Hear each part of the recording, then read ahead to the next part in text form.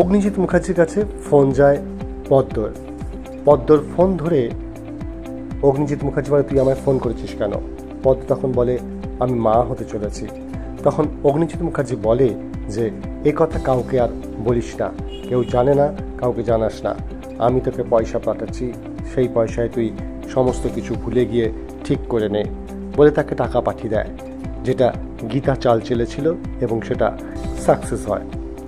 তারপরেই গীতা ফোন করে তানভীকে।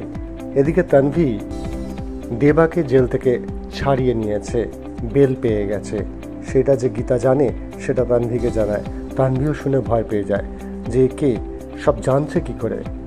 তারপরই গীতা ফোন করে অগ্নিজিৎ মুখার্জিকে, আমি আপনাকে বাবা বলে ডাকবো নাকি লয়ার মুখার্জি বলে ডাকবো? তার কারণ কালকে তো প্রচুর লোক থাকবে, তাই আমার মনে হয় সবার সামনে একটু অভিনয় করে বাবা বলে ডাকাই ভালো হবে। অগ্নিজিৎ মুখার্জি বুঝতে পারে না। তারপর বলে, কেন, কি হয়েছে? তখন গীতা বলে, কালকেই তো আপনি বিয়ে দিয়ে দিচ্ছেন, তাই এই কথা বলছি। এইটা শুনে অগ্নিজিৎ মুখার্জি তাকে বলে, তুমি কি করে জানলে? তখন গীতা বলে, আমি সবই জানি।